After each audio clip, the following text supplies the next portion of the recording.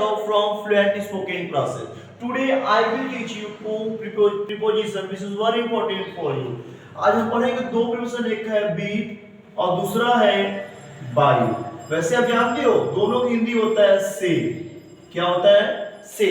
आप कभी कभी कंफ्यूज रहते हो कहाँ पे बाई लगाएं कहाँ पे विद लगाएं। क्यों कंफ्यूज रहते हो? क्योंकि आपको समझ में नहीं आता है कि विद का प्रयोग कहाँ होता है, बाई का प्रयोग होता है। आज हम बताएंगे कि पहले जान लीजिए विद का प्रयोग वहां होता है जहाँ पे इंस्ट्रूमेंट हो यानी वस्तु हो किसी भी चीज। बाई का प्रयोग वहां होता है जहाँ पे कोई व्हीकल्स हो जैसे साधन हो। जैसे मैं बोलता हूँ कि मैं कलम से पढ़ाता हूँ। अब मैं तो पढ़ाता हूँ लेकिन मैं पढ़ाता किससे हूँ?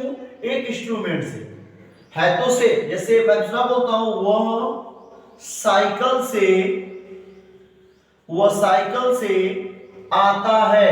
अब वह तो आता है से यहां भी से यहां भी। अब कंफ्यूज हो कि कौन चीज कहां पे लगेगा तो मैं बताता हूं मैं का मीनिंग आई, हूं का मीनिंग क्या कर दोगे? प्रेजेंट डेफिनिट टेंस है तो डायरेक्ट कर दोगे टीच, आई टीच। अब से में क्या लगा दोगे? With, I teach with pen. With क्यों? इंस्ट्रूमेंट है। वह का मीनिंग ही, आना का मीनिंग कम, एक बचा है सिमिलर कम्स, विद से का मीनिंग बाई, और cycle meaning cycle. He comes by cycle. आपको समझ में जरूर आया होगा मुझे उम्मीद है।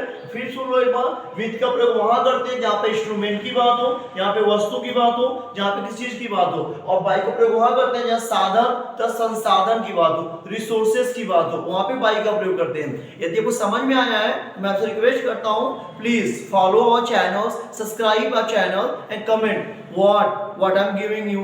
Listen